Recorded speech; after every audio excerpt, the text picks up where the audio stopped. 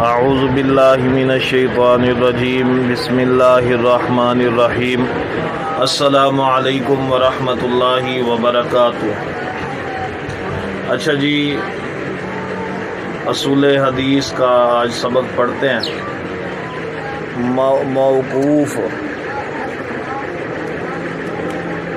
موقوف کہتے ہیں جو صحابہ کرام رضوان اللہ علیہم اجمعین کے آثار قول اور فعل ہوں۔ آثار صحابہ کے معنی یہ ہے، آپ لکھیں گے آثار صحابہ کے معنی ہیں صحابہ کرام کے اقوال و افعال کو آثار صحابہ کہتے ہیں۔ جو عمل رسول اللہ صلی اللہ علیہ وآلہ وسلم نے کیا اور پھر صحابہ کرام رضوان اللہ علیہم اجمعین نے کر کے دکھایا ہے، تو یہ تو رسول اللہ صلی اللہ علیہ وسلم کی حدیث انہوں نے بیان کی۔ بعض اوقات ایسا ہوتا ہے کہ صحابی کا اپنا عمل ہوتا ہے، صحابی اپنا عمل کر کے دکھاتا ہے، اور صحابی کا جو عمل ہے اسے یہ درجہ دیا جاتا ہے کہ اس نے رسول اللہ صلی اللہ علیہ وآلہ وسلم کو دیکھا ہوگا یا سنا ہوگا، اس لیے ایسے کرتا ہے صحابی۔ بہرحال صحابی کا ذاتی قول جو ہے، اپنا جو ذاتی قول ہوتا ہے یا فعل ہوتا ہے، عمل ہوتا ہے، وہ آثار صحابہ کہلاتا ہے اور اسے موقوف حدیث کہتے ہیں۔ اور اگر سند کے اعتبار سے دیکھا جائے، آپ لکھیں گے، دوسری بات لکھیں گے، سند کے اعتبار سے اگر دیکھا جائے تو سند تبع تابعین سے چلتی ہوئی صحابہ کرام پر رک جاتی ہے۔ کسی صحابی کا وہ عمل ہوتا ہے، یعنی کہ تابعی کہتا ہے میں نے دیکھا فلاں، تبع تابعین کہتے ہیں کہ ہم نے دیکھا فلاں تابعی کو، وہ ایسے کرتا تھا۔ تابعی کہتا ہے کہ میں اس لیے کرتا ہوں، میں نے دیکھا ہے فلاں صحابی کو، میں اس لیے کرتا ہوں۔ صحابی آگے رسول اللہ سے بیان نہیں کرتے صلی اللہ علیہ وسلم، صرف صحابی تک سند ہوتی ہے، یہ موقوف حدیث ہوتی ہے۔ تو اس کے اندر چند ایک مثالیں میں آپ کو دے دیتا ہوں تاکہ آپ کو سمجھ آ جائے، اور چند ایک مثالیں وہ بھی آپ سمجھیں آثار صحابہ کسے کہتے ہیں۔ مثال کے طور پر رسول اللہ صلی اللہ علیہ وآلہ وسلم کی جب وفات ہوئی تو امی جی عائشہ رضی اللہ تعالی عنہا نے جو بات کہی وہ آثار صحابہ کہلاتی ہے۔ یا آپ دیکھیں گے ابو بکر صدیق رضی اللہ تعالی عنہ مسجد کے اندر آئے، اور جب آپ کی وفات کا سنا مسجد نبوی میں آئے اور سیدھا کہاں گئے؟ حجرہ عائشہ میں۔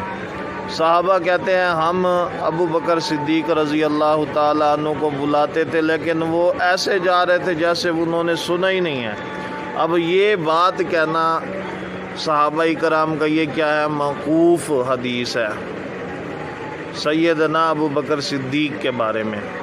اب مزید آگے چلیں تو ابو بکر صدیق رضی اللہ تعالیٰ عنہ حجرہ عائشہ میں گئے رضی اللہ تعالیٰ عنہ، تو وہاں پر رسول اللہ صلی اللہ علیہ وسلم کا جسم مبارک، آپ کی میت مبارک، میت پاک پڑی تھی، تو ابو بکر صدیق رضی اللہ تعالیٰ عنہ نے وہاں پر ایک عمل کیا۔ اگر کوئی بندہ آپ سے اس عمل کا پوچھتا ہے تو آپ کہیں گے یہ موقوف عمل ہے، یہ حضرت ابو بکر صدیق رضی اللہ تعالیٰ عنہ کا عمل ہے۔ کیا تھا؟ آپ نے چادر ہٹائی جس کے اندر آپ صلی اللہ علیہ وآلہ وسلم کے چہرے کو ڈھانپا گیا تھا، اس چادر کو ہٹایا، اور ابو بکر صدیق رضی اللہ تعالیٰ عنہ نے عمل کیا کیا؟ رسول اللہ صلی اللہ علیہ وآلہ وسلم کے پیشانی کو بوسہ دیا۔ ٹھیک ہو گیا۔ اگر کوئی پوچھتا ہے آپ سے کہ کیا میت کو بوسہ دینا جائز ہے، تو آپ کہتے ہیں جی موقوف حدیث موجود ہے، آثار صحابہ موجود ہیں کہ سیدنا ابو بکر صدیق رضی اللہ تعالیٰ عنہ نے اس طرح کیا۔ ٹھیک ہو گیا، اسے کہتے ہیں موقوف حدیث، یعنی صحابی پہ بات رک جائے۔ اب پھر آگے چلیں، ایک اور عمل بتاتا ہوں آپ کو اس پر کہ جب ابو بکر صدیق رضی اللہ تعالیٰ عنہ باہر تشریف لے کر گئے تو دیکھا صحابہ کرام رضوان اللہ علیہم اجمعین پریشان حال ہیں، رو رہے ہیں۔ تو اس وقت جو ہے حضرت عمر رضی اللہ تعالیٰ عنہ کا عمل جو ہے وہ بھی موقوف عمل ہے، یعنی کہ صحابی پہ رک جاتا ہے۔ انہوں نے تلوار نکالی ہوئی تھی اور وہ کہہ رہے تھے کہ کسی نے آج کہا کہ محمد صلی اللہ علیہ وسلم وفات پا چکے ہیں تو میں اس کی گردن اڑا دوں گا۔ اب کوئی یہ حدیث بیان کرتا تو ہم کہیں گے کیا ہے، یہ موقوف حدیث ہے، حضرت عمر رضی اللہ تعالیٰ عنہ کا عمل ہے یہ۔ اچھا جی، تو ابو بکر صدیق رضی اللہ تعالیٰ عنہ نے خطبہ دیا۔ کوئی پوچھے صدیق اکبر کا خطبہ تو یہ کہہ سکتے ہیں یہ موقوف حدیث ہے، یعنی حضرت ابو بکر صدیق رضی اللہ تعالیٰ عنہ پر رک جاتی ہے۔ ٹھیک ہو گیا، یقیناً آپ کو سمجھ آ گیا ہوگا کہ موقوف حدیث کسے کہتے ہیں۔ یا میں ایک اور عمل بتا دیتا ہوں، چلیں۔ حضرت عبداللہ ابن عمر رضی اللہ تعالیٰ عنہ ایک مسجد کے اندر گئے تو وہاں مؤذن جو ہے اس نے ظہر کی اذان کے اندر کہا الصلاۃ خیر من النوم۔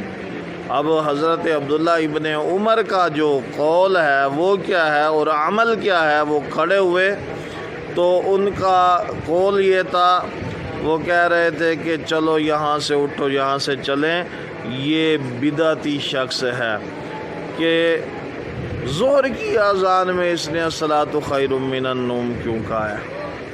ٹھیک ہو گیا، تو وہ وہاں سے چلے گئے۔ یہ کیا عمل تھا؟ یہ اللہ کے نبی کا عمل تو نہیں تھا صلی اللہ علیہ وسلم۔ کس کا عمل تھا؟ یہ حضرت عبداللہ ابن عمر رضی اللہ تعالیٰ عنہ کا عمل تھا۔ اسی طرح صحیح مسلم میں ابو ہریرہ رضی اللہ تعالیٰ عنہ کا عمل بھی موجود ہے، ہر حدیث کی کتاب میں موجود ہے، میں صرف مثالیں دینا چاہ رہا ہوں کہ ابو ہریرہ رضی اللہ تعالیٰ عنہ سے سوال کیا گیا کہ سورۃ فاتحہ کے بارے میں، جب ہم امام کے پیچھے ہوں تو پھر کیسے کریں، کیا کریں، کیسے پڑھیں؟